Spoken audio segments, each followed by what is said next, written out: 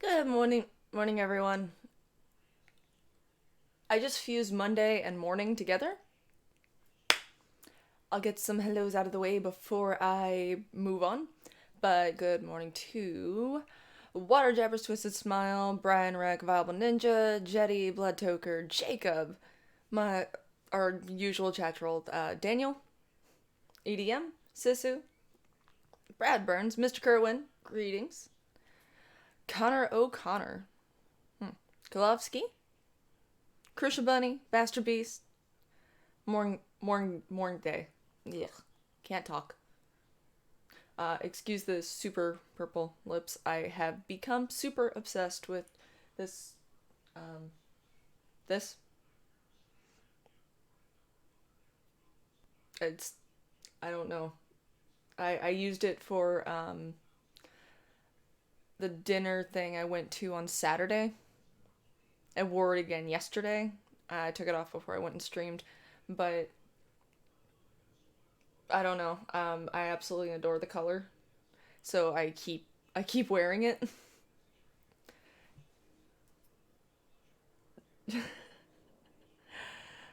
I can't help it. Kevin Spearsy, hello, good morning. Yeah, I had a decent weekend. I hope everyone else had a somewhat decent-ish weekend. It's lavender, so a pinkish purple. Very savage. Good morning to you.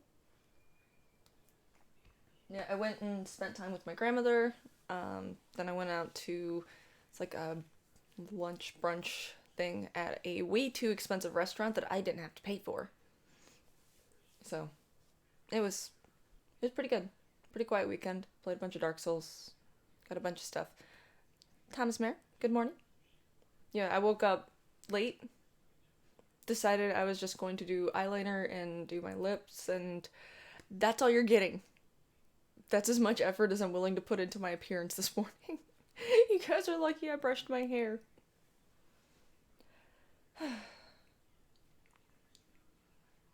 Yep, my grandmother had a good Easter, so that makes me happy. Morning, lovely vamp and doll. Always good to get expensive food when it's on someone else's bill. Exactly. I ended up having a drink with my lunch. It was like blood orange bourbon and something else. I'm not sure. It was pretty good. Not super. It wasn't good for the price it was, but I didn't pay for it, so there's coffee now on my leg. Great Monday. Perfect start to my week. Yeah, screw it, it's just leggings. Uh, Shaq has a poke called free throw because he can't sink it.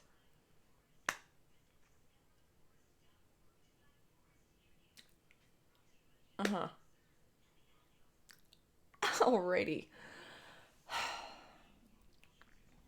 Let me see here. I mean, I could always just jump into like the first thing I saw because I'm like clicking around kind of in a rush because I woke up late. Uh, dude, I got sand on my hair from the beach on Saturday. Jesus. Yeah, see, sand and glitter are are two things in this world that once you get it on your person, you're going to be finding it for a long ass time. One one of the reasons I don't miss working in retail is fucking glitter. Because it seems like every holiday there was always that one box you open that just right in your face. All glitter. You're gonna find it for weeks. There's nothing you can do about it. No amount of showers can get rid of it. Yeah. Okay, actually, I'm gonna jump into this one because Kitty. This was an article put out the 12th of April by NPR. The Mystery of Julian Assange's Cat. You know, embassy cat.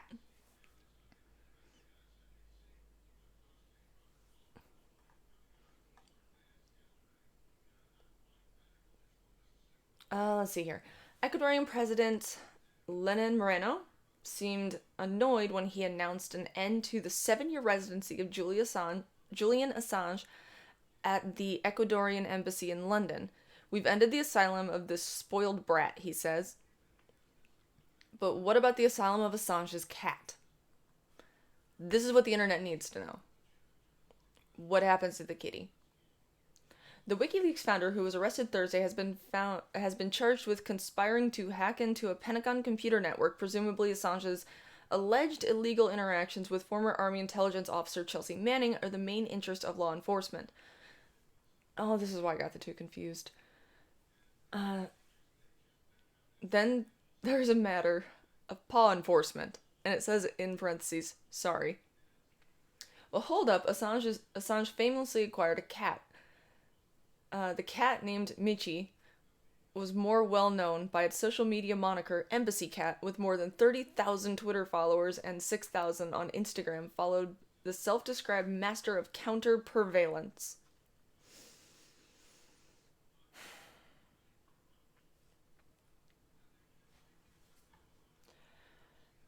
Embassy Cat tweeted regularly beginning with its arrival in May 2016. Cute photos were the norm, with just a bit of political grandstanding thrown in. Always with lots of puns, Embassy Cat was known to be a whisker blower. By the end of fall 2016, its tweets had become much less frequent. In 2017, the cat tweeted only 3 times. In 2018, twice. It has been silent for more than a year. The Instagram account has been crickets for more than 2 years. The New Yorker reported in 2017 that Assange's interest in the cat was less as an animal lover and more as a master of his own brand. Julian started at the cat for about half an hour trying to figure out how it could be useful. Stared, not started. My bad. It's early and I'm not still fully awake. Note to self, wake up earlier. Trying to figure out how it could be useful, and then came up with this. Yeah, let's just say it's from my children. The magazine quoted one of Assange's friends as saying, for a time, he said it didn't have a name because they were just a competition in Ecuador with school children on what to name him. Everything is PR. Everything. The cat arguably played a small role in Ecuador's decision to end its asylum agreement. Moreno explained that Assange's treated his host disrespectfully. Late last year, the embassy implemented a series of rules for Assange, including a requirement to be responsible for the well-being, food, hygiene, and proper care of your pet. If Assange didn't, the embassy threatened to put the cat in a shelter. In other words, it's likely that Assange didn't effectively clean up after his cat's own WikiLeaks. Oh my god. After Assange was picked up Thursday, some people wondered what would become of Embassy Cat. My sympathy to the cat, author Charlie Strauss tweeted. Brent Davidson, what happened to Julian Assange's cat now? And then he tweets out again. Discussing the plight of Julian Assange's cat with Moses, he's deeply concerned. Journalist James Ball said that although he offered to adopt the cat, it was reportedly given to a shelter by the Ecuadorian embassy ages ago. But according to Hannah Jonason, I got it, Jonason, whom the Washington Post describes as a member of the Assange legal team, Assange was incensed by the threat to put Embassy Cat in the pound. He asked his lawyers to take the cat to safety. The cat is with Assange's family and will be reunited in freedom. Let's see here. She tweeted out in the same document in which the Ecuador threatened to hand Assange over for arrest. Ecuador also threatened to put the cat in the pound. Incensed at the threat, he asked his lawyers to take his cat to safety. Oh, God.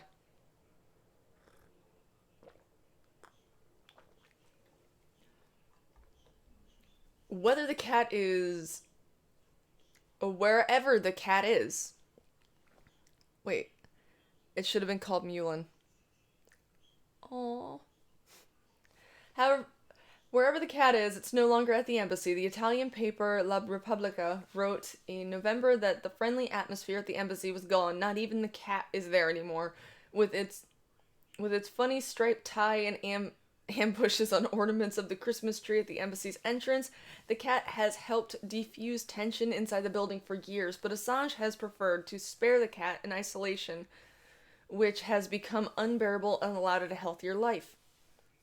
The Ecuadorian embassy in London did not respond to a request for comment, but a spokesperson told Sputnik that the cat hasn't been with the embassy since the fall. It was taken by Mr. Assange's associates, the spokesperson said. We are not a pet store. We do not keep pets here. Alrighty. Good morning, Nukamal and a Viable Ninja. Hello. I don't know if I said hello to a Viable Ninja yet, but hello. I'm late. Good morning, and I see that Crazy is on report. Yes, as always. I should have called it Mulin. Hi, Kolovsky. Hi, Navo. Has the cat made a statement about Assange arrest? Meow. There you go. There's the statement. The cat was probably oh, no! No. You leave Embassy Cat alone. Embassy Cat didn't do nothing.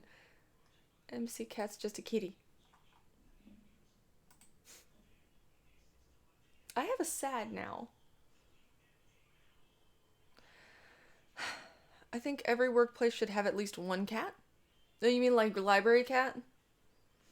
Y'all heard about that one, right?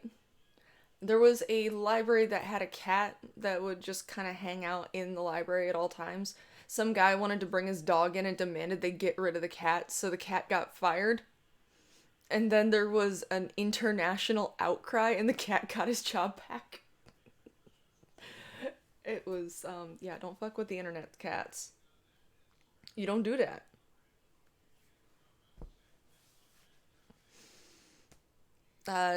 Chetty just says, wow.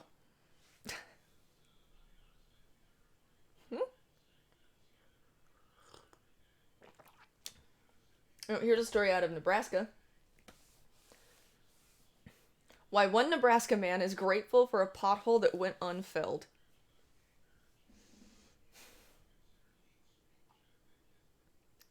"10 Downing Street has a cat that has a job." Oh. My aunt has a cat that always took a... Oh. That's unfortunate.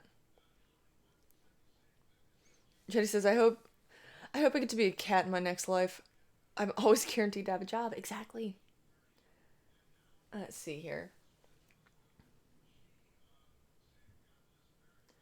Let's see. I think this is more of a transcript. Audie Cornish host. Yep, that's not a thing, but let's back up a little. Omaha, Nebraska, like much of the middle of the country, has a rough winter. It had a lot of potholes to... it had to patch a lot of potholes this year. Kelsey Stewart, just between March 29th and April 4th, they repaired more than 7,000 potholes, and again last week they repaired another 6,000. So it's kind of been trying to keep up on top of it. Chang, Kelsey Stewart is a reporter with Omaha World Herald. She wrote... Wait. Okay, hold on. Here's the story. An ambulance from the town of Gretna outside of Omaha was en route to Lake Hospital. They transported a patient with a high heart rate to a hospital in Omaha, and when they hit that pothole, the heart rate went back to normal. Stewart first read the incident on Twitter and confirmed it with the Gretna fire chief, like any good reporter would. She checked with a doctor on whether hitting a pothole could shock a heart back to normal. He said this can happen, although he had never heard of a pothole doing the trick. Folks with supraventricular tachycardia, they get a rapid heart rate, and that can cause... Wow, I hate reading transcripts. Because this is just a transcript of people talking. Let's see here. That can be caused missed by a lot of things, including a faulty electrical system in the heart, medication, stimulants, and then sometimes when patients with that condition are jolted or startled, their heart rates will return back to normal.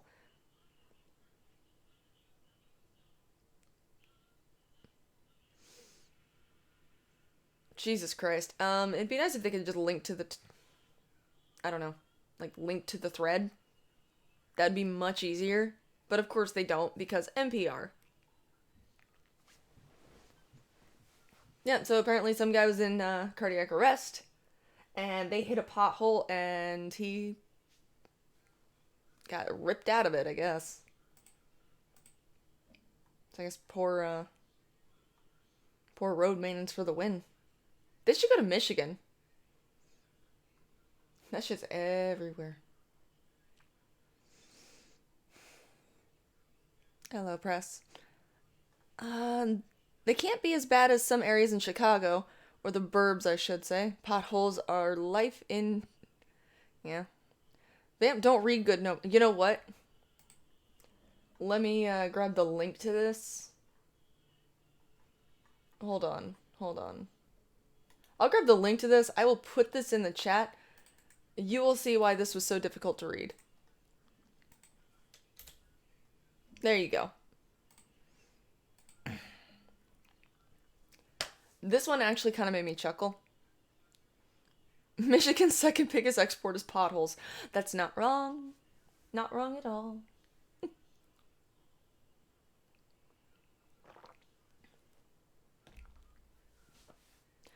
Man inadvertently proves that hipsters look alike by mistaking photo as himself.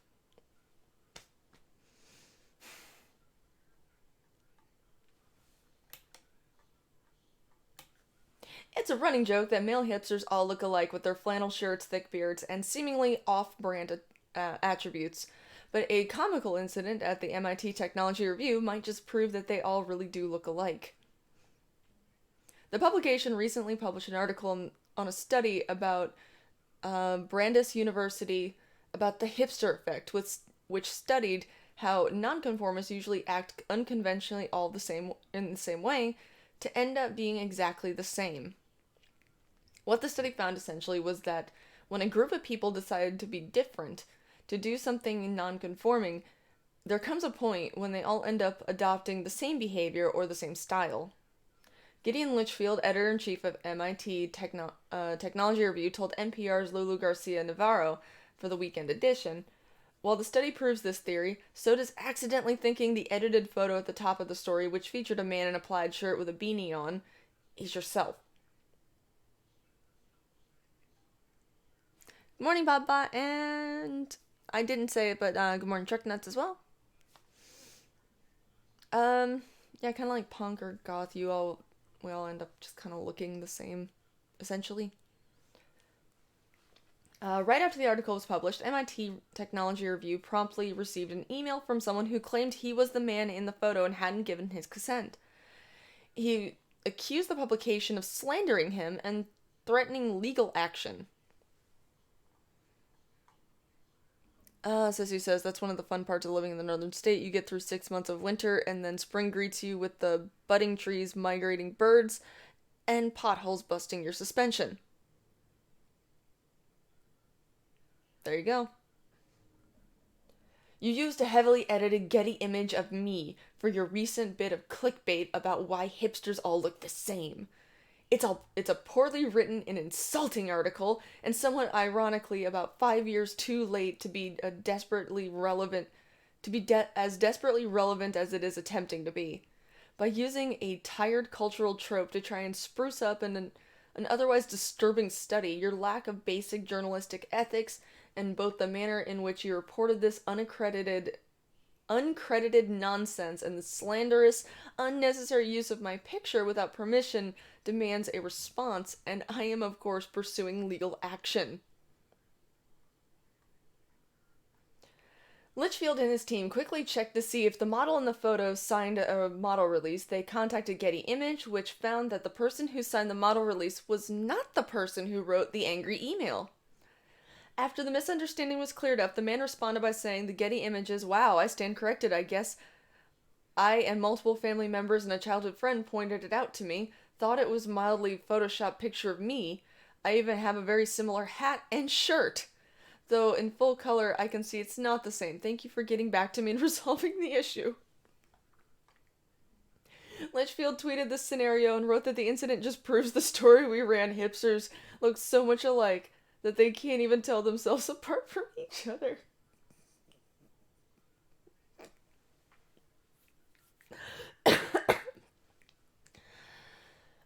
Gideon Litchfield, though, accidentally deleted the start of the most viral tweet thread ever. At Twitter, we need an undelete button, so reposting. A few days ago, we ran a piece in Tech Review about some research purporting to explain the hipster effect, the fact that nonconformists often end up nonconforming in the same way. We used a stock Getty photo of a hipster-ish looking man.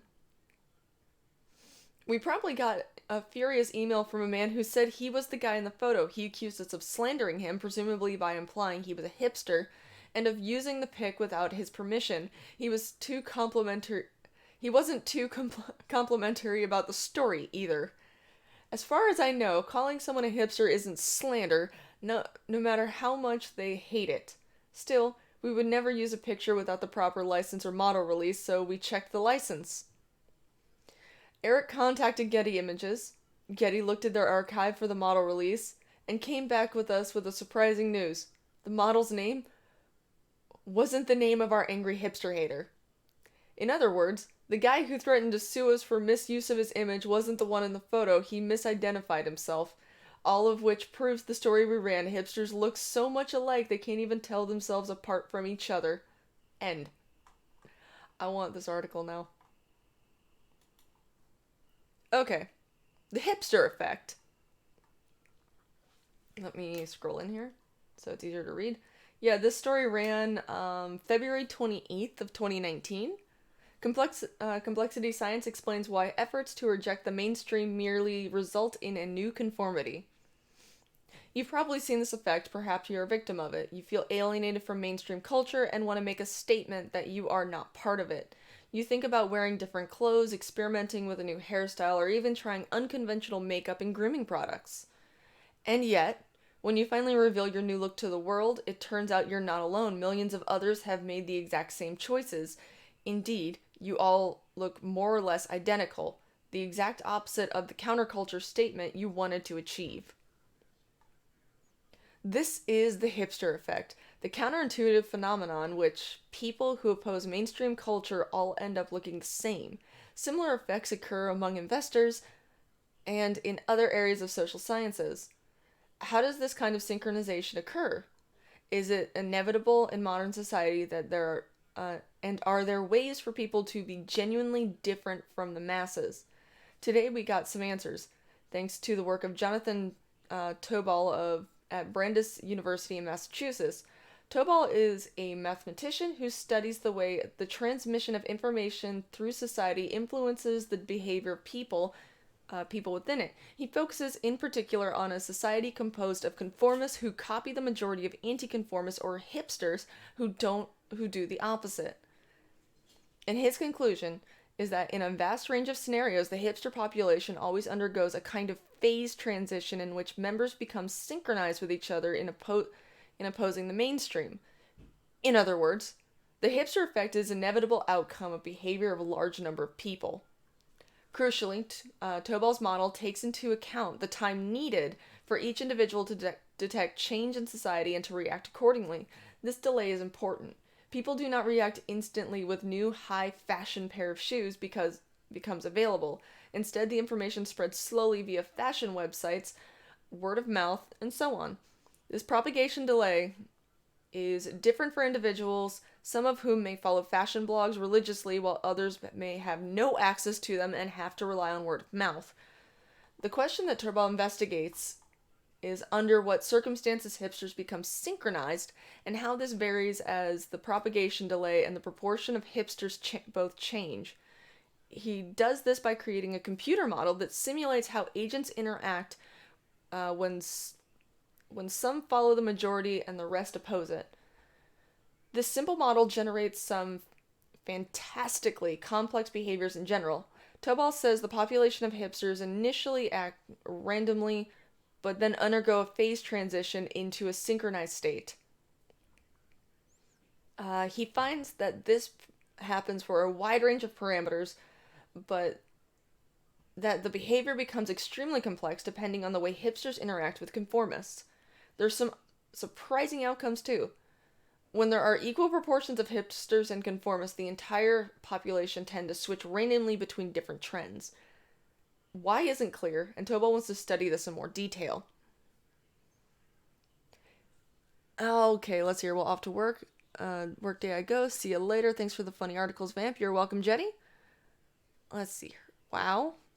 Winter is evil. Hipsters are just posers. Imagine being a hipster researcher. That's what this guy is. Says the girl in purple lipstick.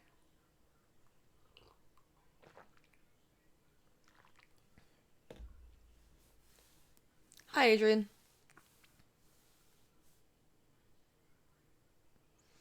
Your streams take me back to when people had to read aloud in class. It's like listening to the pretty girl in the corner reading the current events. I like it. It's relaxing. Wait, how can someone join the majority and the rest oppose it? Wouldn't that statement imply that there was no majority?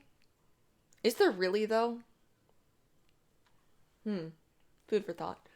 Let's see here. Okay, here I am. It can be objected that synchronization stems from the simplicity of scenarios offering a binary choice. For example, if a majority of individuals shave their beards, then most hipsters want to grow a beard. If the trend propagates to a majority of the population, it will lead to new synchronized switch to shaving, says Tobal. It's easy to imagine a different outcome if there are more choices. If hipsters could grow a mustache, a square beard, or a goatee, for example, then perhaps the diversity of choice would prevent synchronization. But Tobal has found that when his model offers more than two choices, it still produces the synchronization effect. Nevertheless, he wants to study further. We need to study in depth. The question is in a forthcoming paper, he says. Hipsters are an easy target for a bit of fun, but the results have a much wider applicability. For example, they could be useful for understanding financial systems in which spectators attempt to make money by taking decisions that oppose the majority in a stock exchange. Indeed, there are many areas in which delays in the propagation of information play an information role, as Tobal puts it, beyond the choice of the best suit to wear this winter. The study may have important implications in understanding synchronization of nerve cells, investment strategies in finance, or emergent dynamics in social science.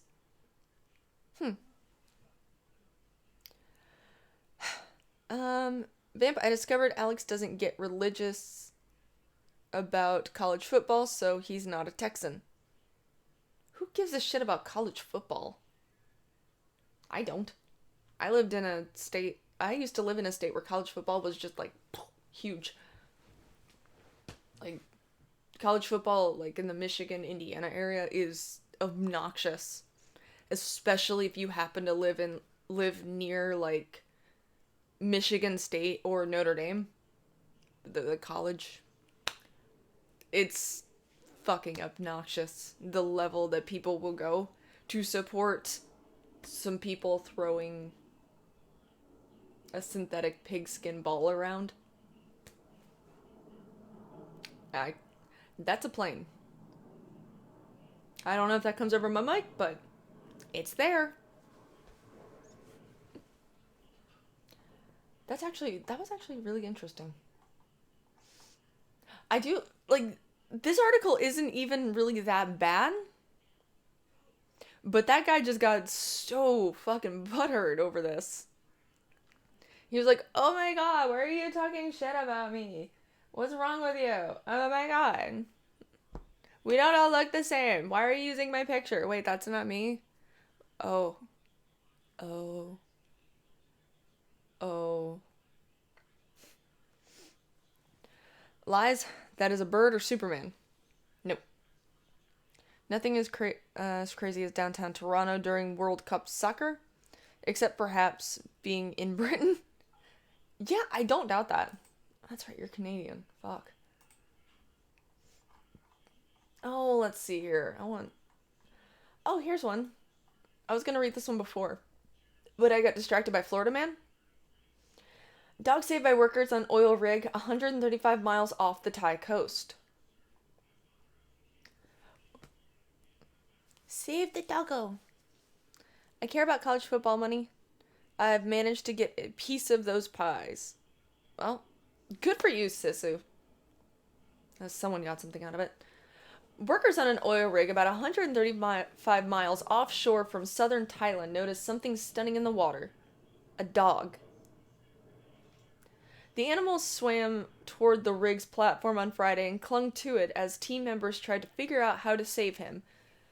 An offshore planner for Chevron Thai Exploration and Production told NPR. Video of Palaevsaw posted on Facebook shows the shivering animal partially submerged in water staring up at the workers. Aww.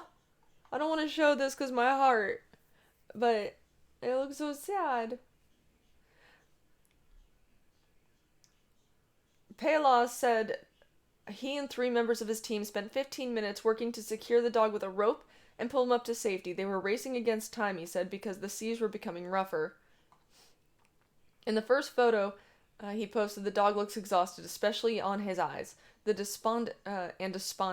Workers provided him with water and pieces of meat on the deck of the rig, and they set up a kennel for him indoors. They named him Bonrod. Or Boonrod.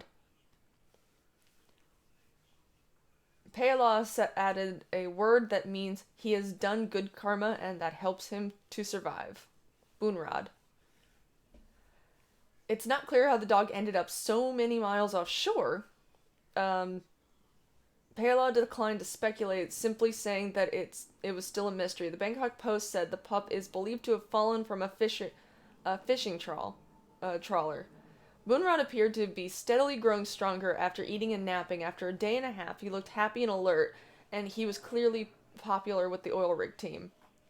The pup is now transferred to land, arriving in Thailand's, I don't know if I can pronounce this, but I will try, Songkhla province on Monday morning and received veterinary care coordinated by the rescue group Watchdog Thailand. According to the Associated Press, the group has declared him in good shape. Photos posted by the organization showed a triumphant-looking Boonrod being greeted by rescue workers and veterinarians. They placed a fetching bright yellow floral wreath around his neck as Boonrod flashed a bright smile. That's such a happy dog. The dog was later shown receiving a bath, playing with admirers, and eating treats. Boonrod's streak of good luck seems set to continue. Paylor says he's going to be working on the rig until the end of April, but when he gets back to shore, he plans to adopt the dog. Aww. Save doggo. Adopt doggo. Give doggo good life. Poor doggo, seafood, dogfish, and Elenis. Good morning.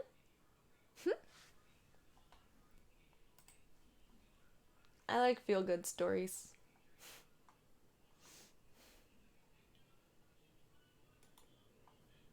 Are you fucking kidding me? No. Like, this story... Are you kidding me?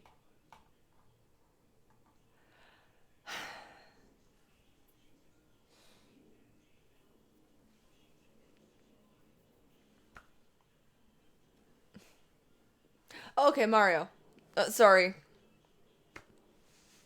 Sorry, the strange names kind of throw me off. Okay.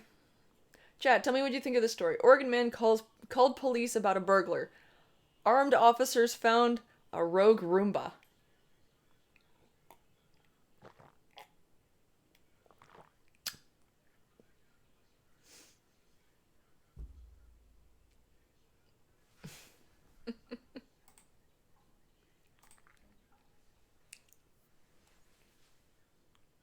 I want to see if anyone actually has something to say about this one, because, what? Yes, a Roomba. Skynet right now. The robot apocalypse has begun. Or began. Began. Which one would it be?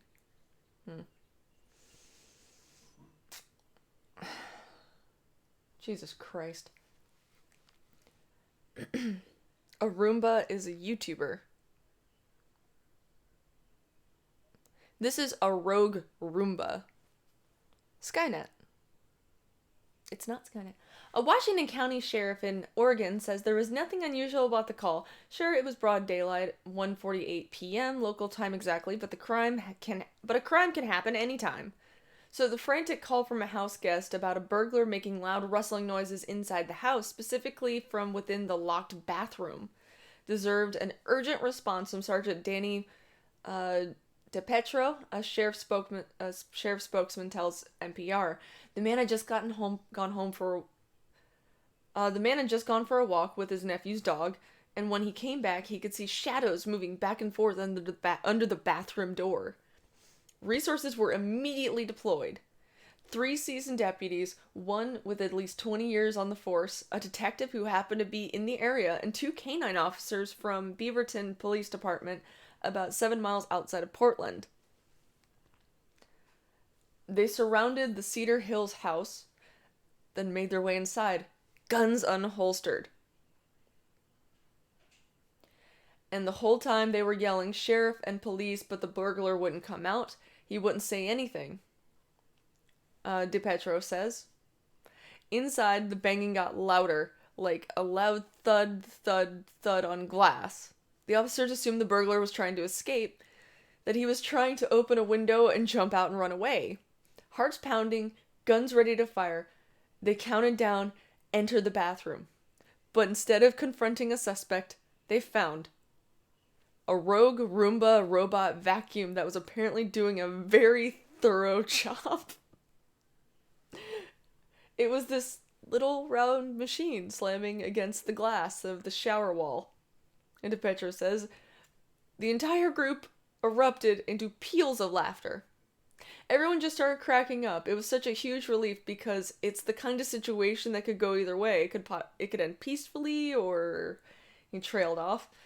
No one had any idea what was waiting for them behind the door, but they definitely didn't expect that. DePetro, who had been on the force for 13 years and has some experience working with canine officers, said the responding officers were especially perplexed by the lack of response when they said a dog was outside the bathroom door. That was confusing, because usually when you say we've got a dog, people are done. They're like, okay, I'm not fighting dog, and they'll just give up. The fact that the individual inside the bathroom didn't do that was chilling, he added. And from start to finish, the incident took 25 minutes, according to a play-by-play post on the department's Facebook page. As the man who reported the call, DePetro said he felt awful. But I would have done the exact same thing if I was visiting someone, didn't know there was a robot vacuum cleaner that was set to go off on its own, and even the responding officers, when they saw the shadow under the door and the sound of someone trying to get out, well, they fell for it too. Plus, DePetro says the sheriff's office Facebook followers are loving the story, coming up with plenty of reports of their own, as well as demands to see the boogeyman or see the body cam footage. After sweeping the premises, the perpetrator was nabbed. Later, the room was dusted for prints. Richard Cox commented, and Marty McClesty offered a compliment. Great job catching the sucker.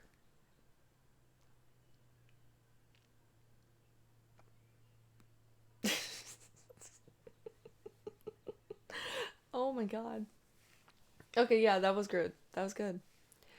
The Roomba has had to clean some serious shit, and the dog usually reacts. It won't react to machinery. I hope there's body cam footage of this. Alexa was working with the Roomba to test our emergency responses phase 2 soon. Ho ho ho. LOL. It's a hard-working Roomba.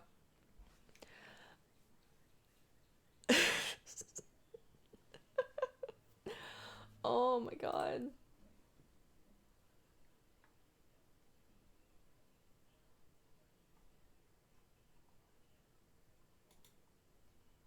Wait.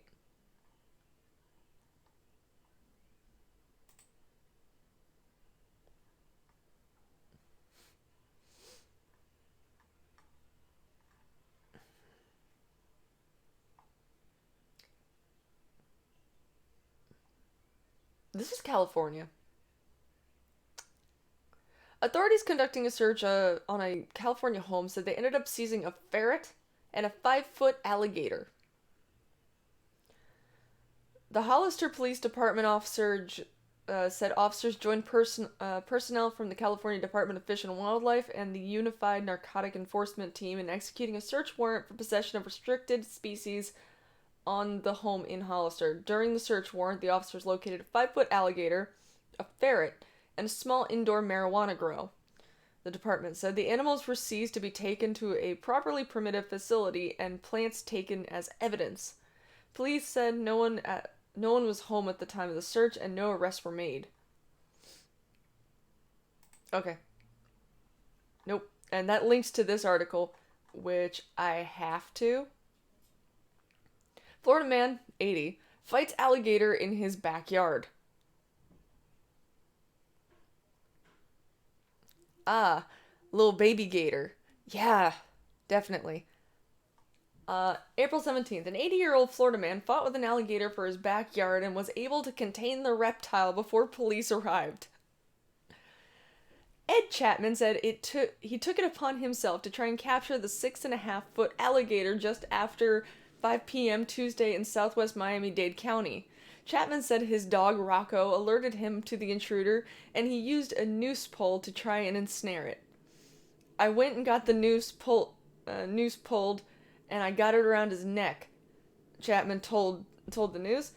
He swatted me with his tail and knocked my legs out from under me. Chapman said he struggled with the reptile until it was in his pond. We argued together until we got all the way over to this pond, he said, and then he got his front legs down in the reeds there, and then he went all the way down. He had his face in the water. Chapman called 911 for backup. I said, I need some help. I got it contained, but I need some help. I can't get it out myself.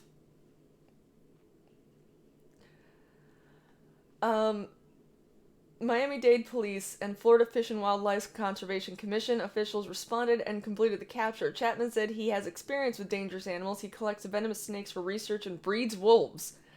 The Hillsborough County Sheriff's Office and FWC trappers were called out to a Walmart store earlier this week to capture an alligator wandering in the parking lot.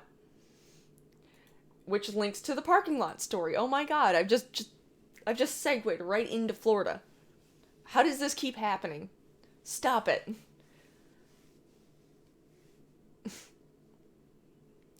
Oh, I got some new people. This is how Skynet wins. Probably kept separate, so the day ends in Y. Killing joke out there getting exercise. Hi Vamp, looking good today. Was the alligator guy in Florida? Yes, it was. He thought it was a massive wallet.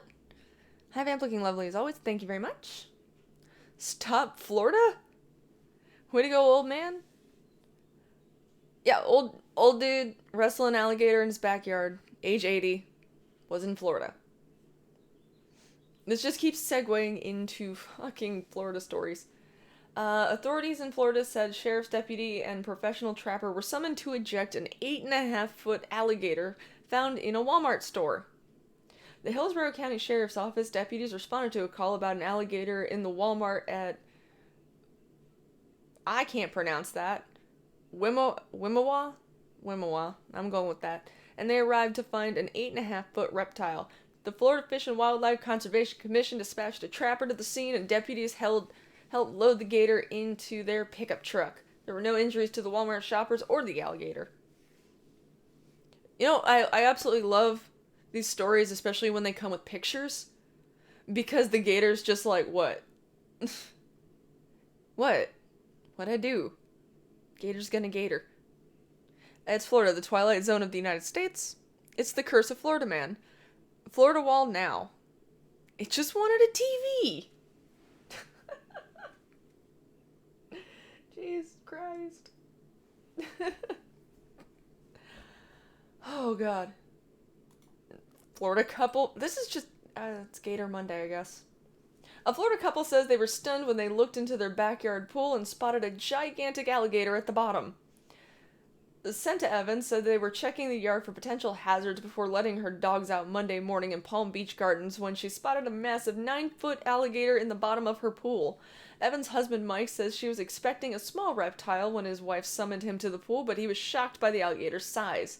The couple summoned a trapper from the Florida Fish and Wildlife Conservation Commission. The trapper came out here with some gear to get a 6-foot alligator out. Evans told the news. He said that thing's 9 feet, and he went back and got bigger gear. It was kind of nuts. The couple captured the videos. The trapper worked for about 20 minutes to hook the alligator and hoist it out of the water. They said the trapper theorized the gator may have squeezed under their chain link fence to get into their yard. The trapper told them the animal would be relocated to a more suitable habitat. The FWC said alligator mating season is beginning, bringing the reptiles out into public in greater numbers. So, guys, KandyLive brought to you by the color pale and the state of Florida.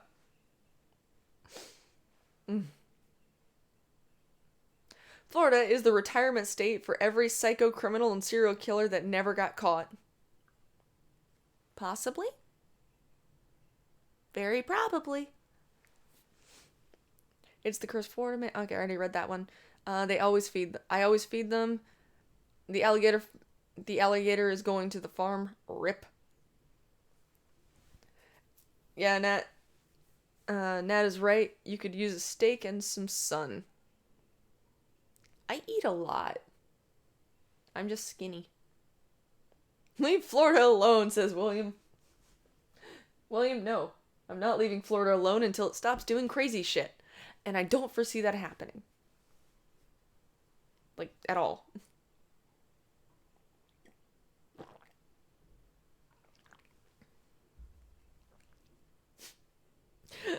It just keeps linking me to more and more alligator stories.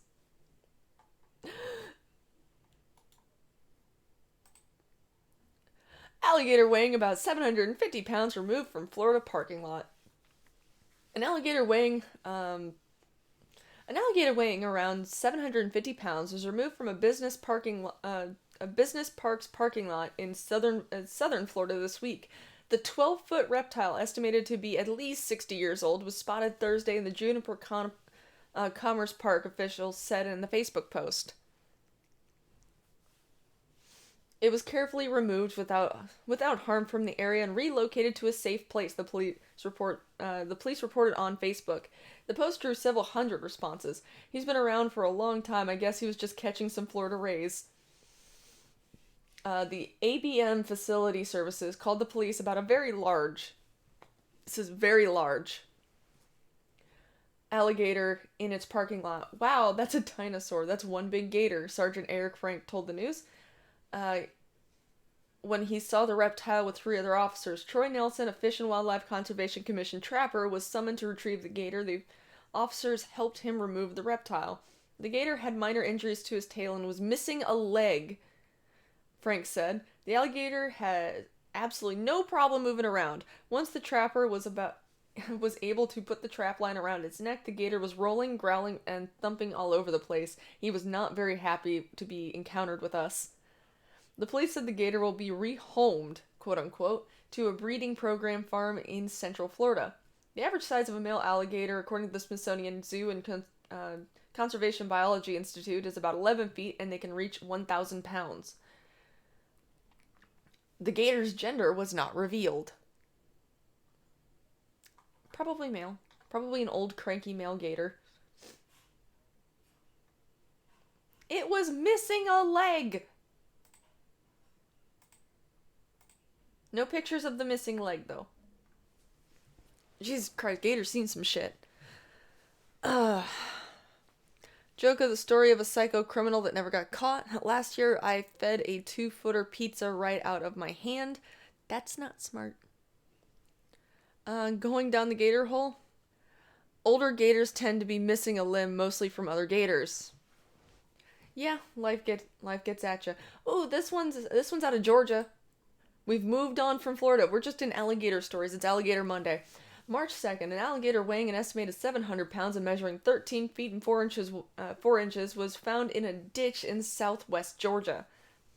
A farmer called the Georgia Department of Natural Resources after finding it in an irrigation ditch near a lake in Sumter County on Monday. A photo showing the gator with DNR wildlife biologist Brent Howes in the background appears on social media before it was reported to the media. Apparently, a lot of people think it's fake, but I can assure you that it's not, Howes told the Cordell Dispatch. I'm the one in the picture. You can probably tell I didn't get too close to it. The reptile is estimated to be 50 years old. Once we got him on the bank and could assess him, we noticed he had several injuries, including previous gunshot wounds, DNR wildlife biologist Brent House said.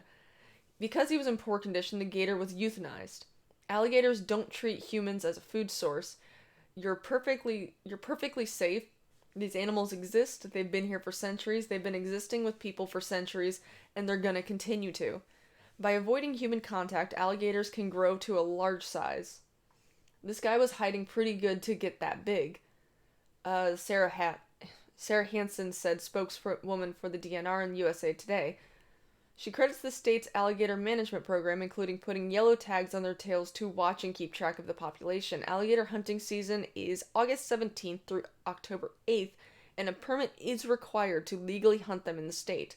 The largest alligator found in Georgia was 14 feet 1 inch back in 2015, according to Hansen. Poor gator. Older gators tend to be missing a limb, essentially by the gators. Where is Nightbot? I hope nothing untoward happened to them.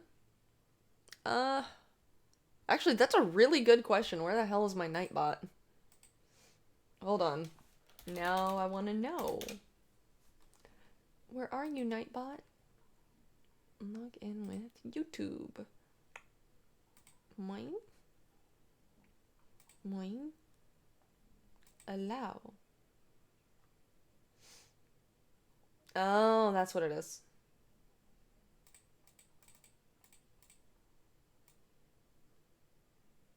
Maybe. I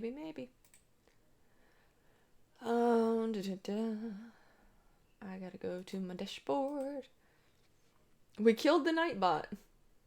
You did it. You guys finally did it. How dare you? I don't think I unwrenched Nightbot. But, save. Find.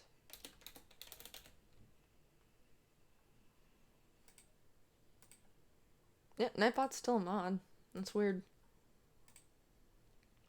Timers.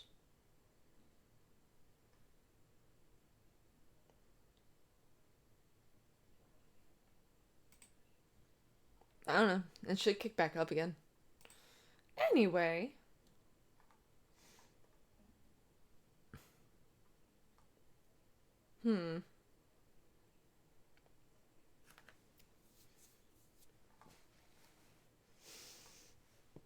Now I'm just kind of curious on, like, I gotta get out of the gator hole. I gotta do that. Good morning, Sangria. Good morning. I think you mean the gator's gender was not assigned? Maybe. Maybe that's what I mean. Oh, good morning, work rights. Nightbot was attacked by an alligator in Florida. Alligators got the Nightbot. Please no bully. No bully the Nightbot.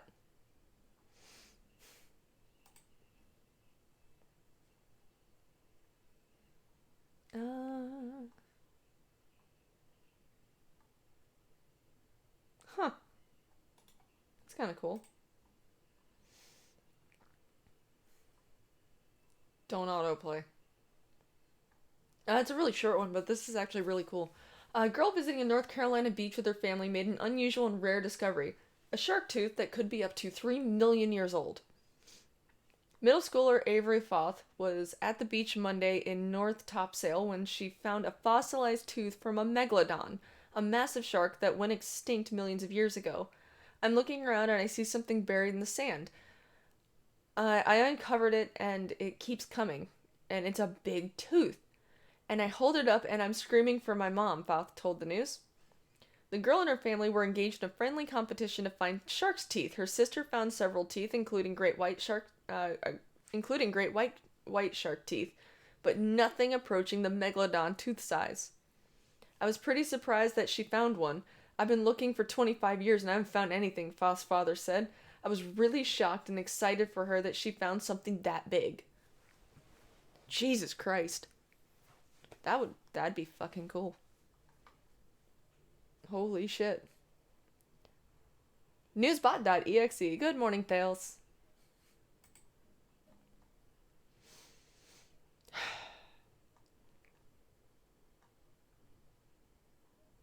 What?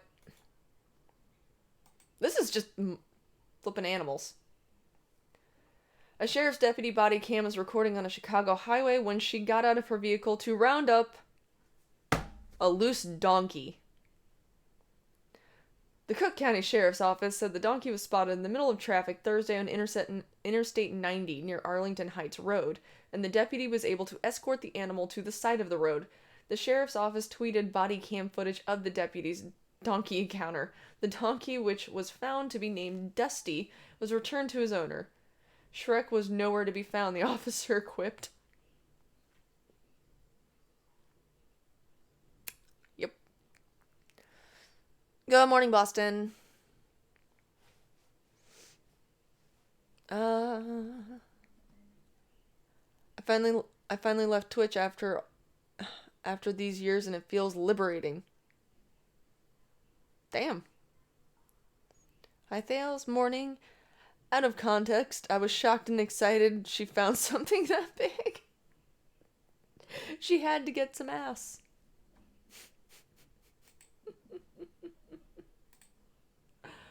Oh my god. Holy shit.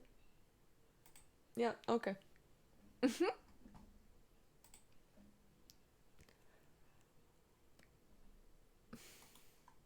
What the hell, Chicago?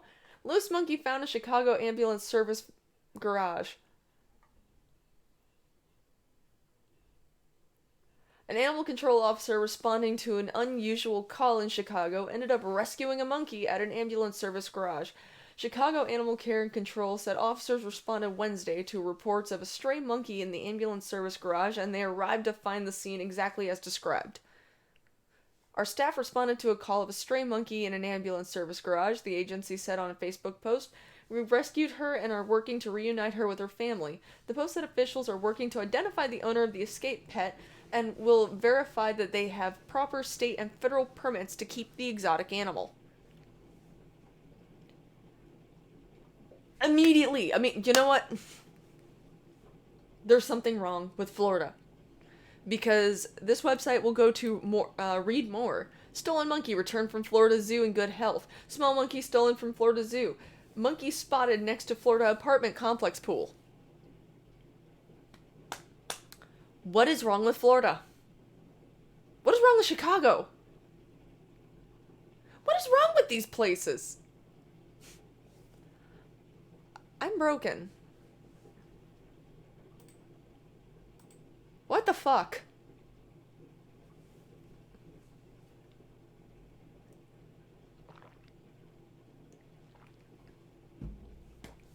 It's Chicago.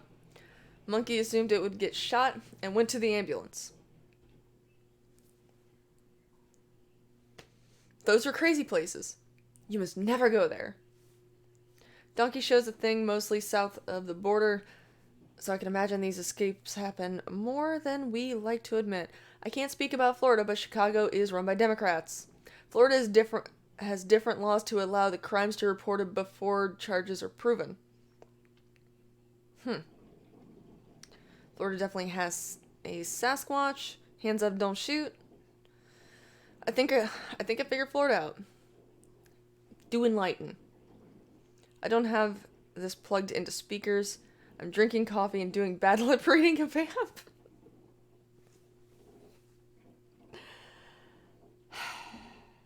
Racist ass articles. No, it's like a little monkey. Like a little helper monkey.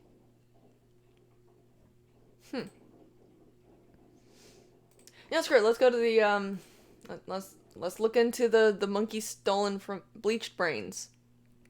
Sun bleached brains. Oh, okay. I'm just gonna...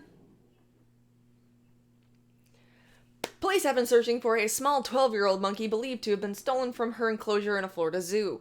The Palm Beach Zoo in West Palm Beach says Callie, a 1-pound female Goldie monkey, female Goldie's monkey, was seen last Sunday night and believed to have been taken about 1 a.m. 1 a.m. Monday when the facility closed to the public. The zoo said security cameras captured grainy footage of someone approaching the enclosure. Approaching. There's Nightbot! It's fixed! She's back. Nightbot's a girl. I'm just assuming Nightbot's a girl. I'm assuming her gender. We have some very strong leads into how someone did gain access to the zoo after hours overnight and obtained access to the habitat to take her. Spokeswoman Naki Carter said at a Monday evening news conference. Carter said Callie requires a special diet and needs medication for anti-inflammatory issues. It is of urgency that we have returned her to her zoo family, Carter said. Every minute is of the essence. Investigators said Goldie's monkeys are popular in the illegal pet trade. Carter said the officials are concerned the thief could be planning to use Callie for breeding.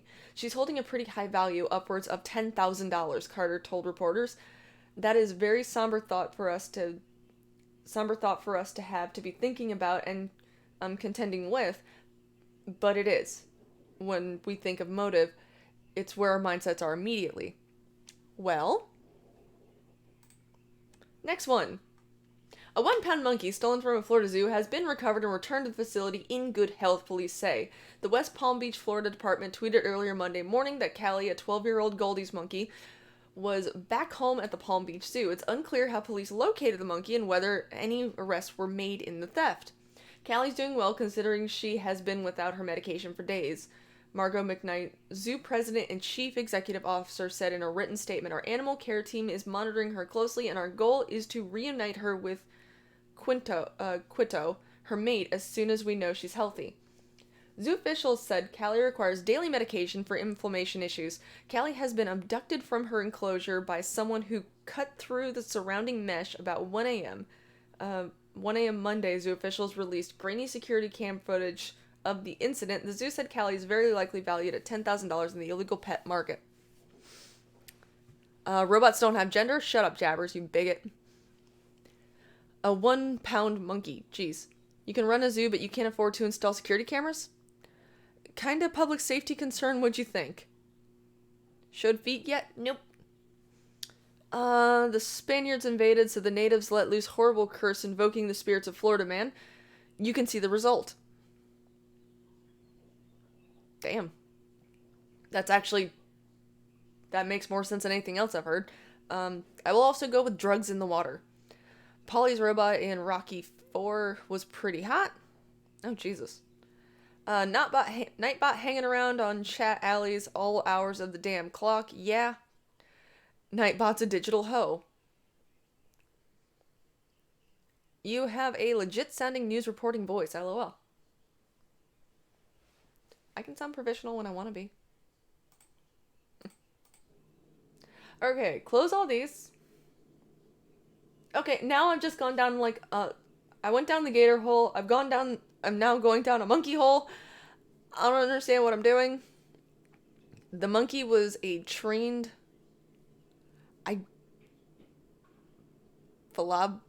Philoptimus? I don't know how to say that. Florida man is a skinwalker. Actually, the Florida Indians never lost to the U.S. I think they were talking about the Spaniards just murdering everything.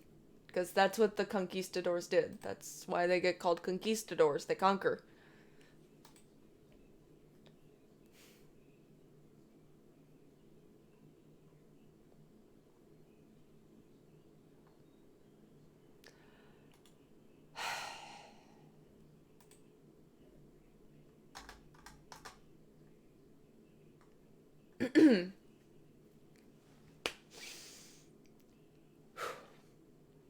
An Ohio family's missing dog turned up exactly 1 year later, over 1,000 miles away, in the Florida Panhandle. Panhandle. The Perlman family said their 3-year-old Pekingese dog Bruno escaped during a walk on April 13th, 2018, and days of searching failed to turn up any trace of the runaway canine. Was he hit by a car? Did someone take him? Are they treating him okay? Just always wondering where he is, Mother Carolyn Perlman told the news. Bruno's disappearance remained a mystery until April 13th, 1 year to the day since the dog went missing, when they received a call from an animal shelter in the Florida Panhandle. Shut up, dog. The shelter said Bruno had been brought in by a member of the public who found him wandering alone in the rain. The shelter scanned Bruno's microchip and contacted the family. Someone brought him in because he was wandering around the neighborhood for a couple of days in the rain, and we were all screaming. We were so happy, said Linda Perlman, 14. The family said they do not know how Bruno ended up in Florida or what he's been doing for the past year, but they're now planning a road trip to go bring him home. Mine is the southern pronunciation, vamp. Which is phlebotomist. Phlebotomist. I don't know what that is. I probably do know what that is, but I don't. Give the dog a Disney movie. Homeward Bound. Homeward Bound, son.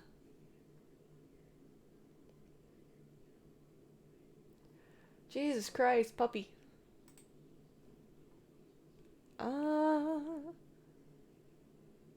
Lobotomy vamp. Oh, blood reader. Blood needle guy. How do I not know what that is? Huh.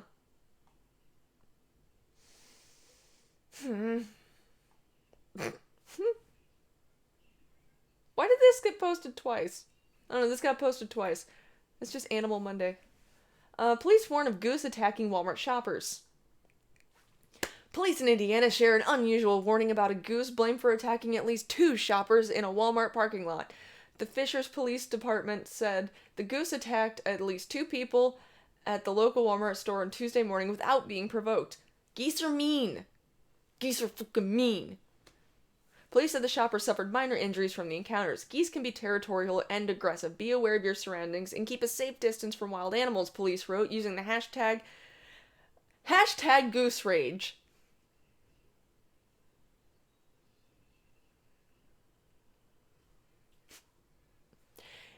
In this particular incident, these people did nothing wrong, Sergeant Thomas Wagner told the news. For some reason, the animal felt threatened and decided to attack these people. These animals were considered an endangered species, Wagner said. They are highly protected. You cannot harass them, engage with them, or assault them in any way, shape, or form. If you're involved in an incident with one of these animals and they are injured, you're going to have to explain exactly what happened. Okay, that's the end of the article, but I just like hashtag Goose Rage. Holy shit.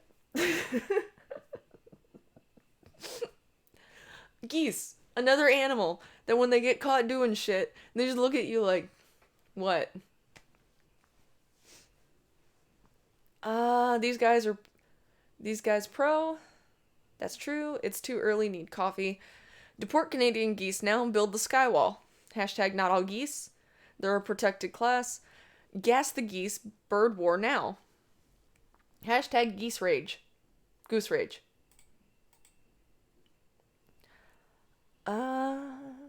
Swans are worse. They're the tank build of waterfowl. I've been ambushed by ducks. All birds are assholes. Geese are mean motherfuckers. Vamp, just got here. Please stay longer. Oh no. Well, we're down a rabbit hole of just looking at animals or reading articles about animals, so this has been fun. If you weren't here earlier, you missed every single article that I went to, linked to more articles about alligators found in weird places. The washer is loud. God, I look tired. That's what I get for running a show immediately. Oh, and the 80-year-old man who wrestled an alligator in his own backyard. And lived.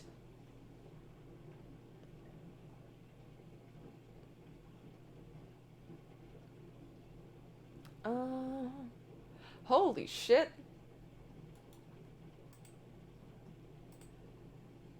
I had a Rhode Island red rooster, mean bastard.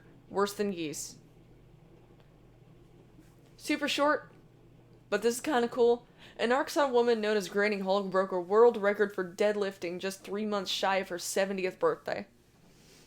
Sherry Mobley, who will be 70 in July, broke a world record for deadlift in her class and division when she hoisted 305 pounds. The 123-pound grandmother, who started lifting at the age of 60 to offset osteoporosis, said she sees age as a mindset, and she said her goal is to break more records. It's my motivation, it's what keeps me going to sit at home. I couldn't do it. Anyone vote for setting this woman up with the 80-year-old man who wrestles alligators? Because I think they'd be a great couple. They could wrestle gators together.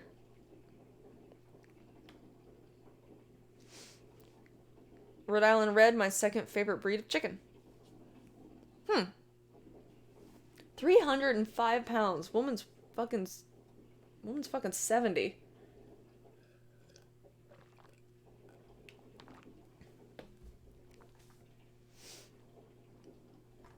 Yeah, that's kind of an issue with women.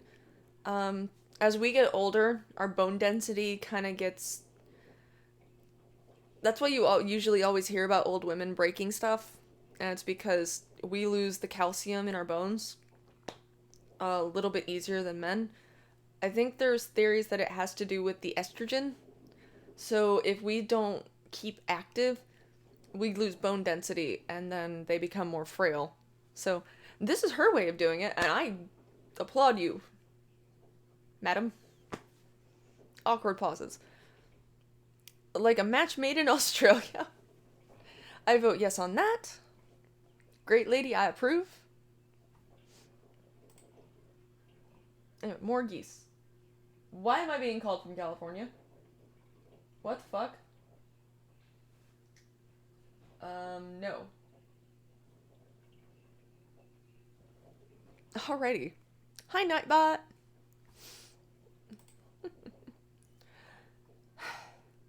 Okay, this one's Australia. A wild kangaroo crashed a photo shoot in Australia, sending bikini-clad models running and jumping into a pool to escape the marsupial. Candy Shop Mansion in... Really? Really. It's Candy Shop Mansion. In, Helensvale, Queensland, shared a video of several models running to escape the kangaroo attack outside the building during a photo shoot. The video showed one model jumping into a pool to escape the marsupial while another hops a fence to safety. No injuries were reported during the incident. Oh god.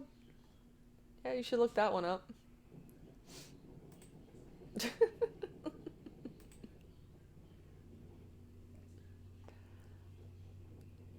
Oh shit.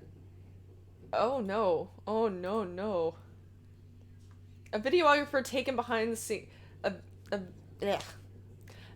A videographer taken behind the scenes footage of a Montana bull riding event captured video of an escaped bull being wrangled by handlers. Brian Sullivan, a videographer for the MTN Sports, was filming for an Athlete of the Week segment behind the scenes at the PBR Billings Invitational when a bull got loose in the parking lot. Sullivan filmed as the bull ran loose in the lot, and the cameraman barricaded himself in one of the chutes to film the action as the bull was chased.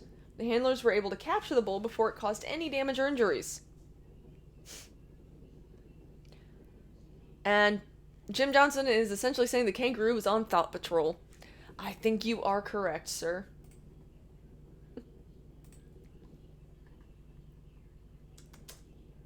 Okay. That's all good. That's all good. Back over here. I miss working PBR. I always pet the bulls.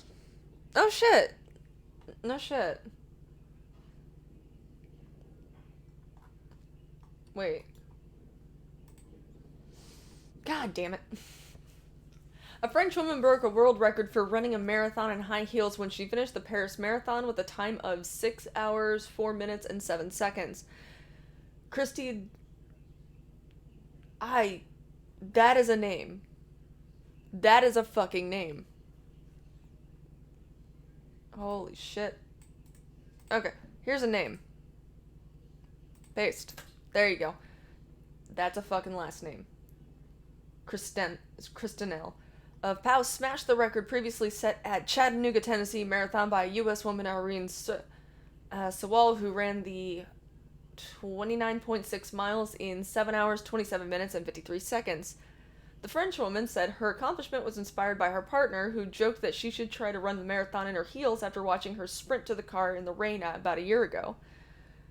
Senwell said she trained in tennis shoes during the day and ran in heels at night to prevent photos of her unusual footwear choice from going viral on social media before the marathon. The runner, who accomplished raising funds for children's charity Cola, said she'd submitted evidence of her run to Guinness World Records. Except they were kept in the arena for the week, so everyone gets sick during the event. Oof. So it was a Devon video. Kangaroo plus Hoot. Oh. Speaking of names, fix my Discord name, Vamp. No.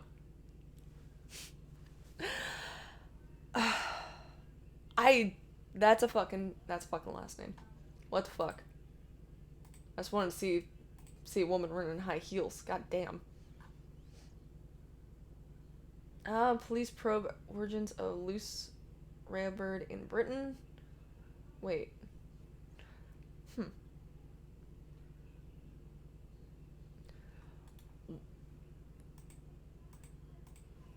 What the fuck?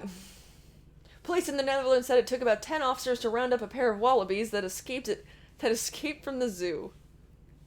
The Limburg police said officers responded to a report of the kangaroo hopping at the...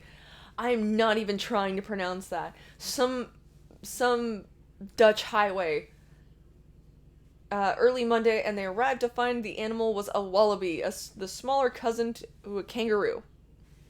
The wallaby, which was determined to escape from the Mondo Verde theme park and zoo in Landgraf, about 2.5 miles away, led about 10 officers on a chase. In the end, we managed to close in and catch the wallaby. The officer said the police received reports just moments later of a second wallaby on the loose. The night shift officers passed the second wallaby off onto the morning shift, which was able to capture it and return both marsupials safely to the zoo.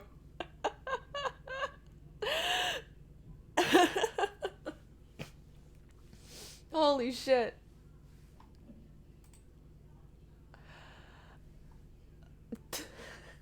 We got kangaroos, we got wallabies, we got alligators, we've got little dogs going homeward bound back to Florida and then back up to Ohio. We have embassy cats. It's just been an animal-fueled day. We got angry geese. There's always angry geese. So there's that. Wallaby damned. Wallaby darned. God damn. No. No. Bad pun.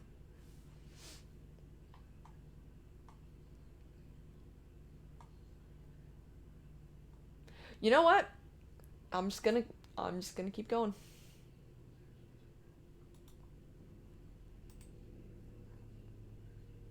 Animal control officers in New Jersey said an unusual call for an owl on the porch led to the rescue of an apparently abandoned great horned baby owl. The Borderton Township Police Department said animal control officers were called to a Clifton Mill home where residents report an owl on the porch. The officers identified the baby as a great horned owl and searched the area but were unable to locate the avian mother. The baby was placed in a makeshift nest in a nearby tree, and officers monitored it during the weekend to see if its parents returned. The owl was taken to Mercer County Wildlife Center in Monday morning when its mother failed to return during the weekend. Officials say the owl will be cared for and released into the wild when it is old enough to survive on its own.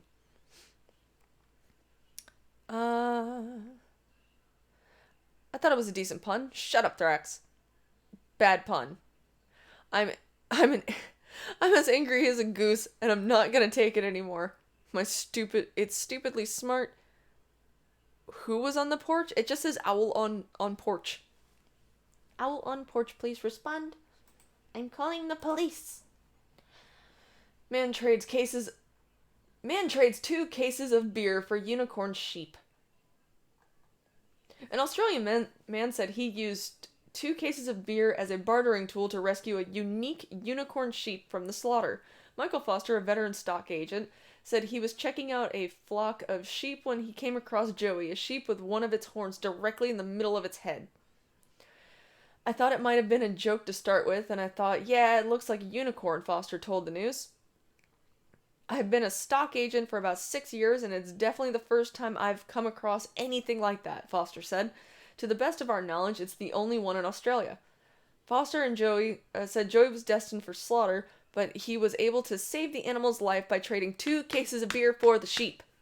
He runs with the other sheep. It's just funny seeing the horn poking out, Foster said. We'll break him in, we'll take him to shows and pageants, and who knows where we'll go. Maybe Hollywood, Foster said. I'm sure the kids will get a big kick out of patting a real-life unicorn, and we might even do unicorn rides. The unicorn led California police on a 3-hour chase in the Merida Ranchos area in early 2016. The unicorn in the case turned out to be a pony that had been dressed up for a photo shoot before escaping. What does that have to do with this one? Why?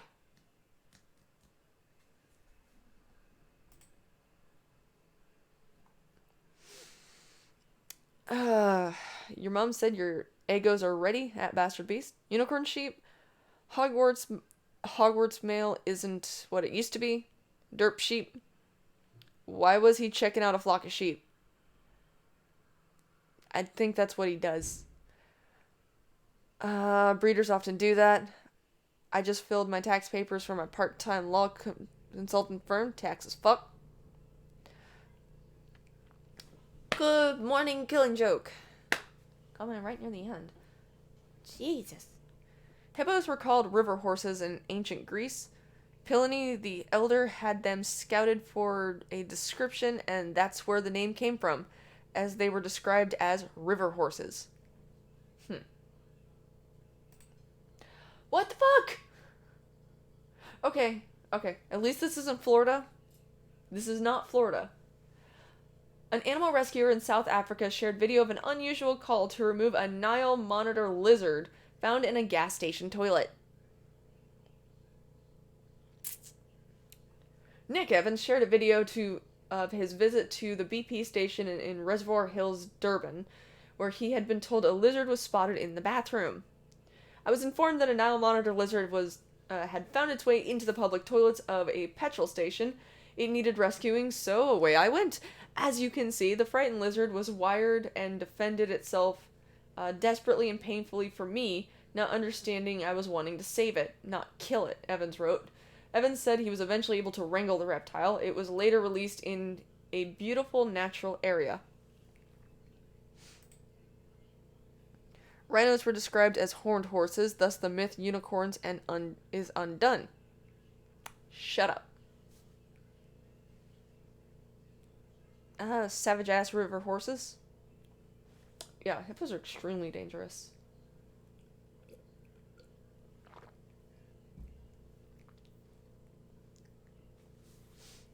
Let's see her.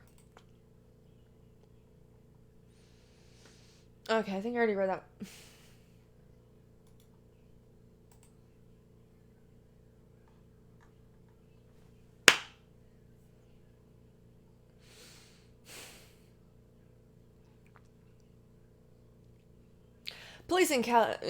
Police in Canada said a loose moose running through Newfoundland and Labrador ended up doing them a favor by leading them to a stolen vehicle. The Royal Newfoundland Constabulary said several reports came in Saturday night about a moose heading south in St. John's. Police made multiple attempts to escort the moose back to the wooded areas in the north, but the animal kept giving the officers the slip. The RNC said the moose ended up giving police some assistance by leading them right to a vehicle that they recognized as having been reported stolen the previous day. The moose was last seen running into the Southside Hills woods. Moose have been known to visit St. John's in the past. One of the animals was spotted last year wandering around the city's airport. God, moose are huge. Sirens. I can't win today. Happy Monday!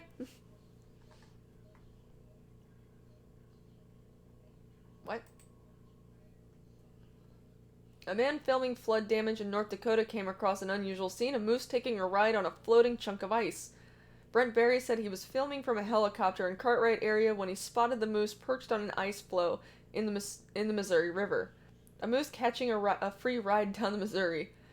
Berry wrote, officials said the recent flooding caused mile-long ice jams in the river. Hey, Rocky. Moose gonna get shot for snitching. Ain't no snitching. Bill Winkle helped the cops without Rocky. I'm proud of him. Those things are small Komodos. It probably just opened the door. I mean, yeah, probably.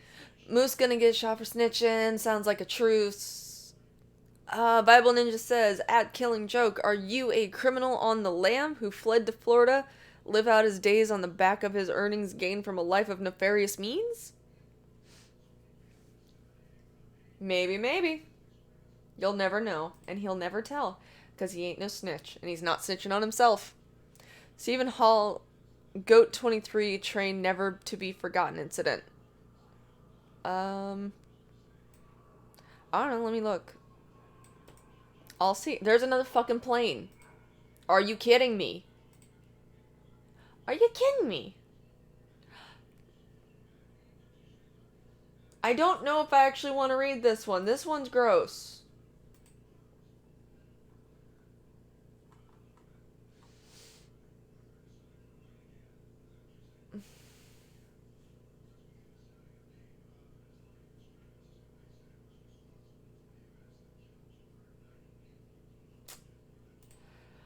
I'm not reading this one.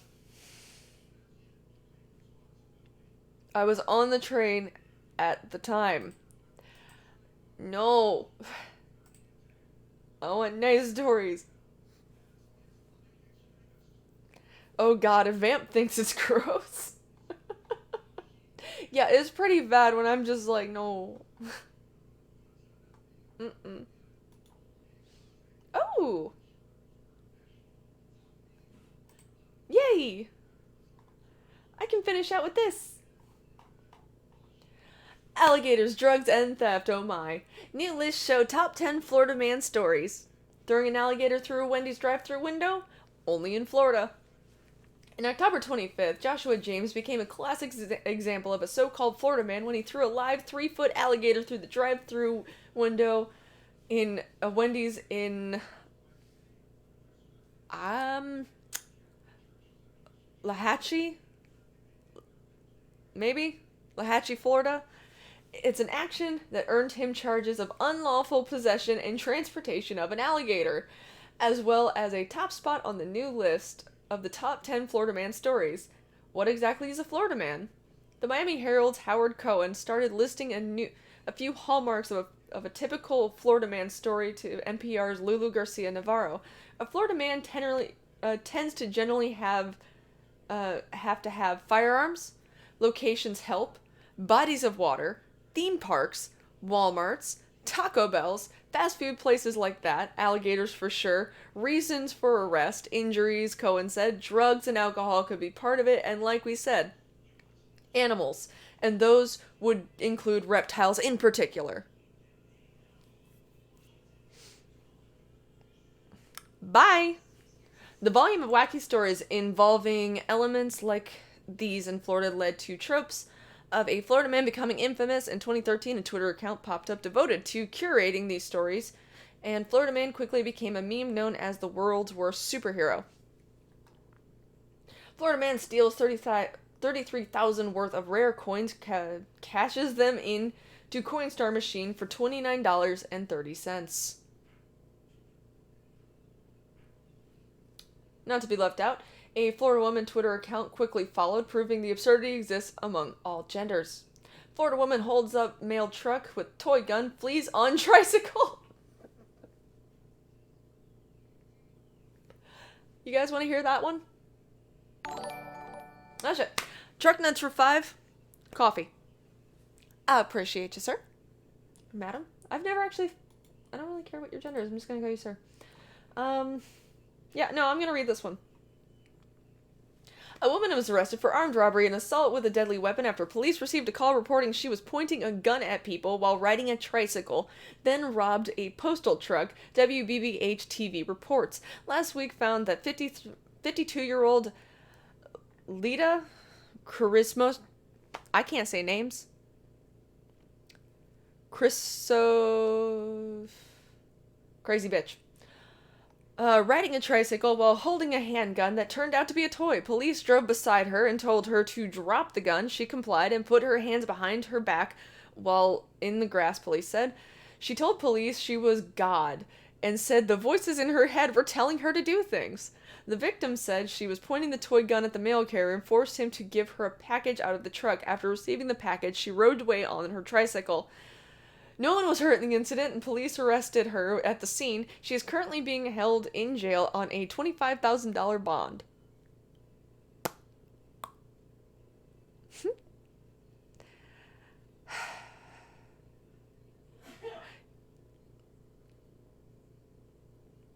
You said riding a tricycle. I thought something else. What the fuck? There's so many fucking noises right now. You know, fuck it, I'll go to the other story as well.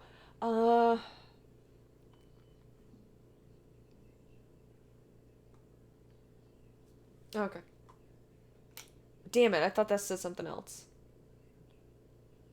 Alrighty, North Palm Beach. Michael Johnson envisions Shayna turning melee, sending those commemorative presidential dollars spiraling down a slot to be converted from $33,000 worth of collectibles to just enough store credit to buy a couple of 12 packs of beer.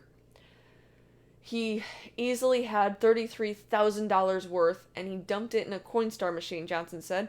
Authorities said Melee 40 of Riviera Beach confessed he stole rare coins and other items valued at $350,000 from Johnson's North Palm Beach office in December. Melee reported he had sold some, then ran through some change machines where he got just face value. Johnson, who said he's disabled and mostly not working, said Melee wiped him out of his life savings. He was using those coins to help stay alive, he said. There's no insurance that covers this kind of thing, really. Not at the losses we're talking about, he said. He put me in a world of hurt. Melee was booked the evening of February 1st at the Palm Beach County Jail, charged with grand theft of more than $100,000, along with an unrelated 10-count drug charge. He left February 4th after posting bond, jail, and court records show.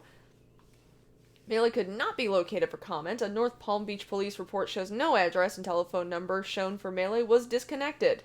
Melee, Johnson, who's in the finance industry, said he inherited a large coin collection as well as a love of collecting from his father, who died about 6 years ago. He said he started collecting at age 16 and estimated to have more than 100,000 coins in 80 boxes, some worth just a little and some extremely valuable. Now he said they're mostly gone. He said he'd met Melee a few years back through mutual friends, and he helped out the man. He said Melee contacted him last fall on social media saying his wallet had been stolen, and he let Melee stay at his business office on US 1 just north of Ebbtide Drive in exchange for help with a work project. He said Melee stayed off and on from October until December 19th. Johnson said he came back the next day and everything was ransacked. He said Melee had broken the lock in the cabinet. The police report said Johnson gave investigators security camera video showing Melee placing blue tape over cameras on the night of December 19th. He said he'd had some collectible coins, but had not mentioned to Melee his large cash and where it was. The police report said police learned Melee had an outstanding warrant. It doesn't say for what. And acting on a tip of the Palm Beach County Sheriff's Office picked up Melee on February 1st at a home in Lake Worth. A separate PBSO report said deputies found items in Melee's backpack that led to 7 counts of possession of painkillers, 1 for possession of marijuana, and 2 counts of possession of drug paraphernalia. The report said Melee later confessed to North Palm Beach police to stealing the coins, telling authorities that Johnson owed him. It doesn't elaborate. He said Melee told police he was looking for a way out and saw the coins and just that. When Melee was arrested, and the report said he had some coins on him. He told investigators he took some coins to South Florida Coins and Jewelry in Lake Worth, where he said he got about $4,000. The store's owner, George Hornberg, told the Palm Beach Post on Tuesday the total was actually $23,030. Oh, not 23,000. 2,330. Sorry, my bad. I'm still kind of dead. He said he spent about 2.5 hours processing the coins. He said, unlike valuable jewelry, sales of collectible coins do not require filling out of paperwork. He said he was cooperating with law enforcement. Melee told police he dumped the rest of the collectibles in Coinstar machines at area grocery stores. People often trade large stashes of loose coins for store credit minus a fee as much as 11.9%. That means if he dropped the 33 presidential coins valued at $1,000 each, he got $29.30. No one ever said Florida man was smart.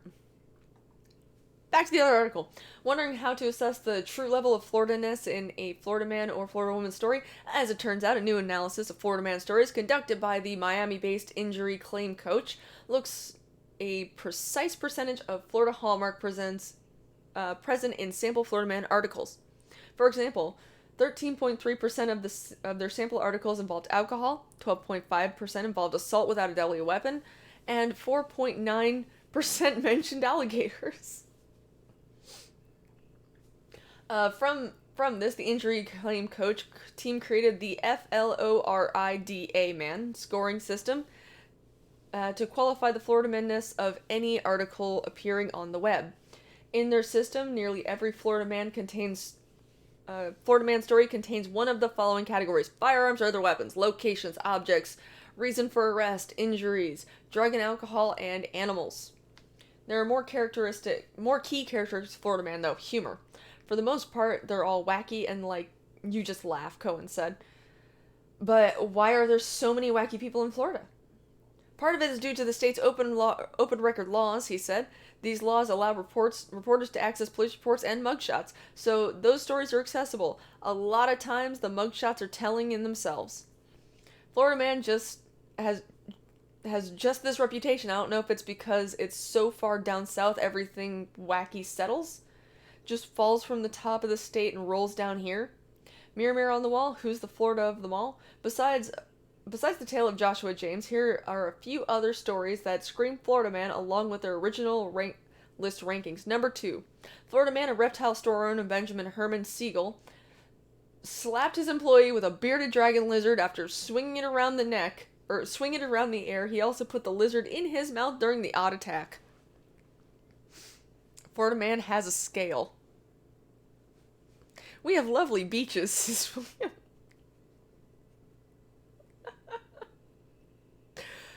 100% Florida man stories involve Florida and or mans.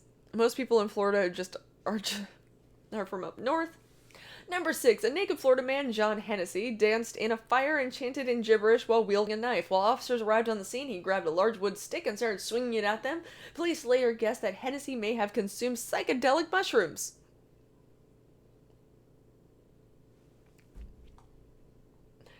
Florida man Clad Carpuzzi was released from jail on auto theft charge. Soon after he walked out the door, he broke into another car in the jail's parking lot, but he didn't notice a deputy sitting in the car he had just tried to break into. So he was caught and marched right back into jail for a second attempted auto theft charge. Of this story, Cohen asked, "Can you get a better Florida man than that?" Good morning, hey man. Number 9, Florida man Sean Johnson walked into a Walmart and took a stuffed horse toy off a shelf. He went to the store's bedding department, where police say he masturbated using the stuffed animal. Afterwards, he put the toy covered in his DNA back on the shelf. Honorable mention: Florida man's Dominic Breedlove interviewed for a job at Kohl's. Moments after the interview, Breedlove was caught shoplifting 2 pairs of women's running shoes from the same store.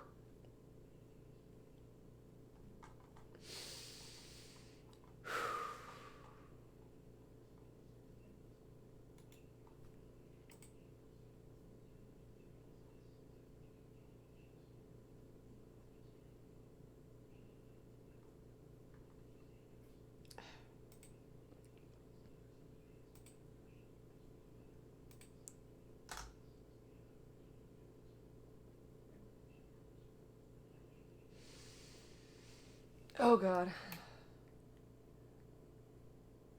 There we go. Ah, too much. Too much zoom. I zoomed in too much. Oh, no. I gotta end here soon because there's another show coming up, but...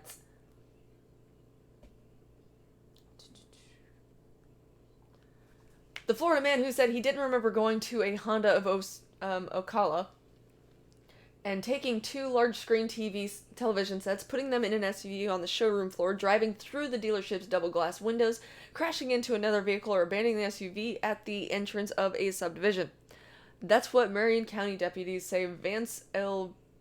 Bashir's 46 did in November of 2015. The Florida man who bit off his girlfriend's thumb during a late-night run to Taco Bell. Miami News-Times reported that Ricardo Davis and his unnamed girlfriend got into an argument on the way to the fast food restaurant in Palm Bay when the incident occurred in 2013. Death metal musician's home festooned with flamethrowers, weapons, and ammo erupted in heavy metal fire. But that's not why Cannibal Corpse guitarist Patrick O'Brien was arrested. In December of 2018, police said the 53-year-old musician forced his way into his neighbor's house while his burned, pushed one of the occupants to the ground, and lunged at deputies with a knife. O'Brien's bandmates told Rolling Stones a week later that he was getting the help he needed. The band is touring with a replacement guitarist. Water Jabber says, thanks for the great show. I have a 4-hour meeting today, so a little fun before that abomination is much appreciated. You're so welcome, Jabbers. Let's see here. Florida teen gets turned into a Tampa Bay Walmart. Hey, we don't find anything remotely sexy about Walmart, but it takes all kinds. Oh, yeah, no. We already went over that one. Florida man fires musket at cars on the 7 Mile Bridge. This will be the last one. In the Florida Keys, he was dressed in a pirate's costume at the time in July of 2015, Monroe County deputies said. They also said James Sparing wasn't using real ammo. Rather, it was black powder rounds. He played a costume pirate as part of his profession at the time. Oh, was this the honorable mention? Nope, I already went through that one. Okay, they do have a Florida woman, but... You know what? I'll read the Florida woman. And then I'll get going and moving on to the other thing. Florida woman has every right to feel slighted as Florida man dominates the injury claim group's top 10 list, so we'd like to nominate Shanetta Yvette Wilson, the Dania Beach woman who was arrested and charged with assault at a Dollar General store in November of 2018. According to Broward Sheriff's Office complaint affidavit, Wilson, 37, was in the checkout line at the Dollar General store when the customer standing next to her got into a verbal dispute with her in referring to the defendant farting loudly. According to the reports, deputies say Wilson allegedly pulled a small lockback knife from her purse, opened the knife, and told the victim she was going to gut him. Damn. What a solid note to end on. But I got some other things to do, so I'm going to have to take off for now. I'll see you guys in a little bit on the other show. But until Wednesday, I hope everyone had a great weekend. I hope your Monday is good. Thank you, everyone who showed up to watch. Thank you for the donations. Thank you for everything. Thank you for the great comments. I love my comment section. You guys are wonderful.